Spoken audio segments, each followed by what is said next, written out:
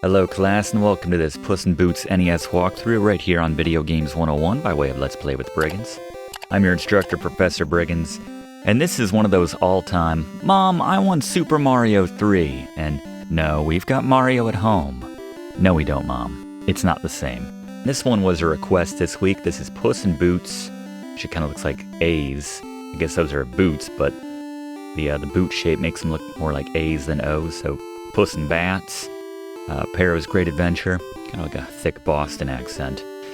Anyway, this isn't a great game. I don't want kind of a mean thing to say considering it was a request, but Pero's Great Adventure is definitely a stretch for that subtitle. I would probably call it Pero's Average Adventure. You could get away with that. There we go, fixed it for you, Electrobrain. The person who requested it, I think a couple people actually requested it, didn't necessarily say that they liked this game. They might have wanted to torture us a little bit here at Video Games 101, I don't know, but it's not the worst game of all time. It's also not that difficult, which kind of lends credence to the whole they wanted to mess with us a little bit. That's alright though, we're happy to do this class.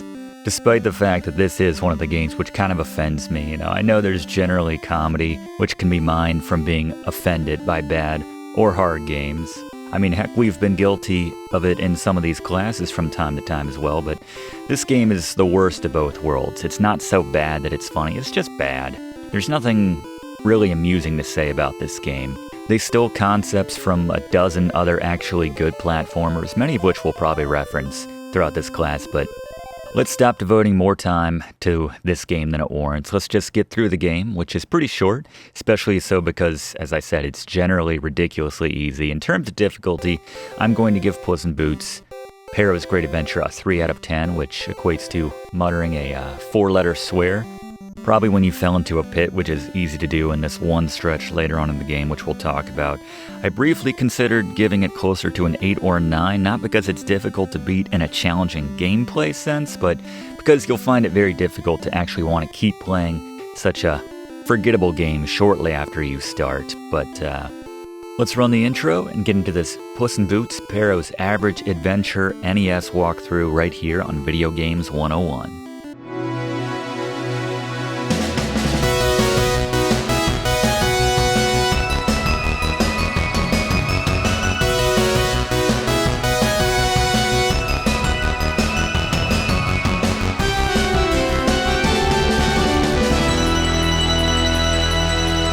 As we start a new game, you'll see we have the overworld here. Unfortunately, we don't have a choice. You think, maybe for a second, get excited, think, oh, it's like a Mega Man or a DuckTales, but no. As we ride into town in the west, Pero on our horse, we take a look at the controls. Nothing crazy there. Pause and hit left or right to switch our weapon. Take a look at the Briggs notes now. Jokes aside, just use Gary's boss beaters. Always be firing, and let's take a look at the items now with Blaze. Alright, let's talk about the items you will find in Puss in Boots Pero's Great Adventure.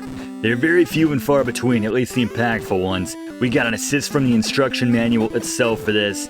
First, we have the boot, which will grant you temporary invincibility. Just 2 or 3 of these in the entire game. Then the hamburger, maybe even more rare, will top off Pero's health if you pick one of these up.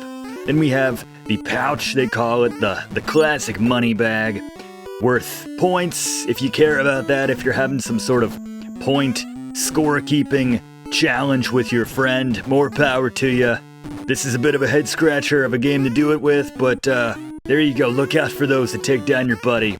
And finally, the Pero mark, the standard 1-up head for Pero himself grants you a 1-up.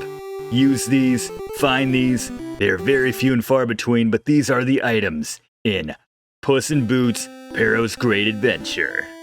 Thank you very much, Blaze, as we hop on our little steamboat here. And just avoid the lightning. Generally, you just keep pushing the pace on the right side of the screen. Won't have to react too much. And while we don't have all the guns that we had while we were on land, always be firing, by the way. Be ready to turn around and shoot some enemies. Let's look at the weapons now with Blaze. Alright, let's cover the 3 basic weapons you have access to during most of this game when you're walking around on foot. First, we have the pistol. A straight shot goes across the screen. The reason I prefer this is because you can have 2 of these on the screen at a time. This is in contrast to the next two weapons.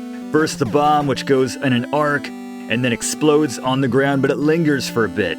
That's a problem when you can only have one on the screen at a time, so you have to wait for that explosion to clear before you can toss another one. And then we also have the boomerang, also a one on the screen at a time situation. This arcs and returns to you. This has its place on some of the bosses, as Gary will mention, but for the most part, stick to that pistol. But there you go, the three basic weapons of Puss in Boots' Pharaoh's Great Adventure. Thank you, Blaze. You think they would hide some items in the, you can shoot through both the light brown and the dark brown. You think it would just be light brown, but no, you can definitely just cut through if you feel like spending the time on it. But nothing to be found there, nothing hidden, no special items, no good times. There's no fun hidden in any of the dirt or anything under the sea here. And we're coming up on our first boss, actually, so let's throw it to Gary for the first boss. It's Scary Gary's Boss Beaters. Alright, the first boss in Puss in Boots' Pharaoh's Great Adventure, Mecha Frog. The strategy is to get in close and keep throwing repeated boomerangs one after another. You'll take him down very quickly like we show right here. Not too difficult with the boomerang. Love spamming that boomerang, thank you very much, Gary. Now we're going to throw it to Fluff for our first Fluff fact, because this is just like the first stage but on a car, so Fluff. I'm hesitant to talk about this game as it's not the best representation of a cat on the NES, but here goes.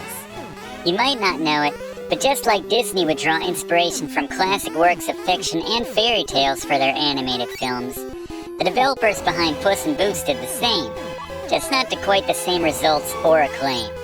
Specifically, Puss in Boots' Pharaoh's Great Adventures merges Puss's fairy tale origins from 1697's fairy tale collection Stories or Tales from Past Times with Morals from Charles Perrault with a loose interpretation of Jules Verne's 1872 Around the World in 80 Days. Specifically, the story according to the manual goes that Count Gruemon, a notorious swine, hated mice with a passion. One day he discovered a mouse in his castle. Frustrated and irate, Count Gruemon ordered Puss in Boots, Pharaoh, to find and destroy the mouse. However, Pharaoh was a kind-hearted cat and had become friends with the mouse, and so helped the little creature to escape. In a fit of anger, Count Gruemon, aided by Dr. Gari, a fiendish scientist wolf, sent Pharaoh on a perilous time travel journey around the world and into the past.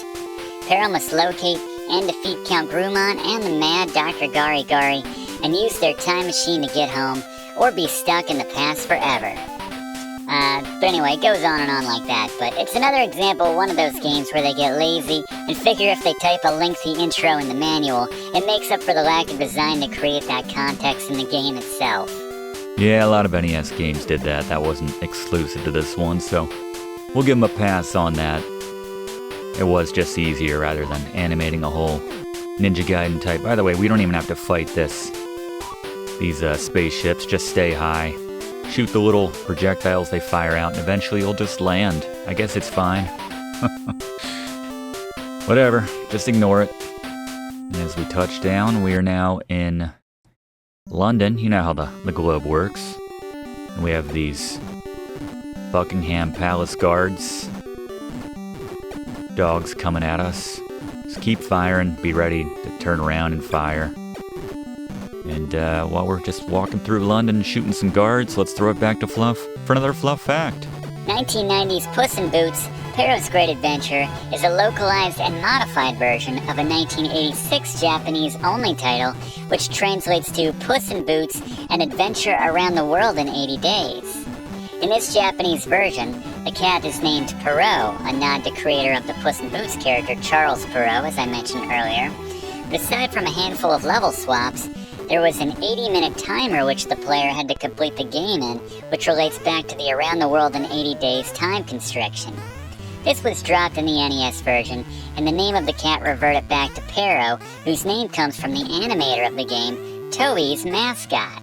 Oh, there you go. Thank you very much, Fluff. Yeah, big animation studio. Did Digimon, Sailor Moon, Transformers back in the day, the 1980s that a lot of us grew up with. Careful around these conveyor belts. It's more difficult when they're moving right to left and we need to get to that right side. And then watch out for whatever those things coming from the ceiling are. I don't know which part of London this is we're supposed to be in right now.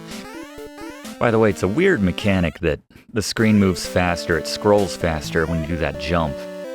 And it's like kind of our running, but it only moves faster when the screen is scrolling, so right here it's slow and relatively controlled, but right here when the screen starts moving, then you start moving more quickly, so it's just sort of a weird thing to wrap your head around, and it's easy to fall into the pit right there, but we have our next boss. Let's go back to Gary. Boss beater. Alright, the giant demon. You want to stand beneath that left knee, or the right knee, I suppose, but the knee on the left side of the screen, avoiding his projectiles. When you have an opening, jump and throw the repeated boomerangs like we show. He'll go down very quickly. Very rarely will he come down with a sword where you're standing. Mostly it's the projectiles from the mouth you gotta watch out for, but not too difficult if you take him down quick, like we show with this strategy. Thank you very much, Gary. Generally, to avoid the lightning bolts, you want to stay in the front.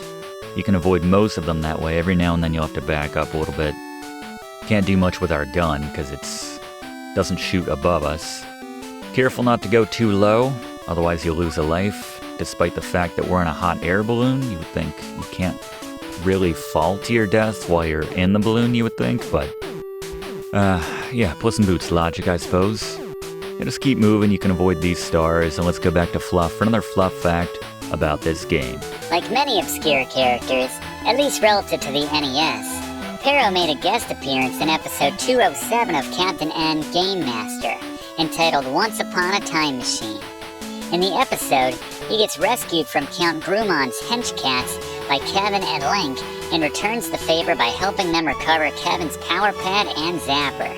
Let me tell you, Professor, that was one wacky cartoon. Thanks, Fluff. Yeah, that was a cool show. We're in New York now, obviously. You could tell by the giant building and the gears and projectiles. I lived in New York for a bit. I remember this building. Had to go here every now and then. So this is a maze they try to work in here. Haven't really had time to reference the games this one is ripping off, but this is the most direct route to get to the boss. The final couple bosses in this game. We're almost done, believe it or not. Yeah, suffice to say, far left door here, suffice to say this game ripped off a lot of other games. It's just so short, we didn't have time to properly rip it apart, but that's fine. The relative short length of this game is actually one of the best parts about it. Top right door, next boss, back to Gary. Boss beaters. Alright, the giant snake. Get low in the middle of the screen, face left like we show, and just throw repeated boomerangs like there's no tomorrow. He'll go down very quickly. Alright, I suppose that was guarding the final pair of bosses here. So Gary, take us home. Boss beaters. Dr. Gari and Count Gruemon, the final bosses of this game. Jump over the boss on the right-hand side, face left, and just start firing.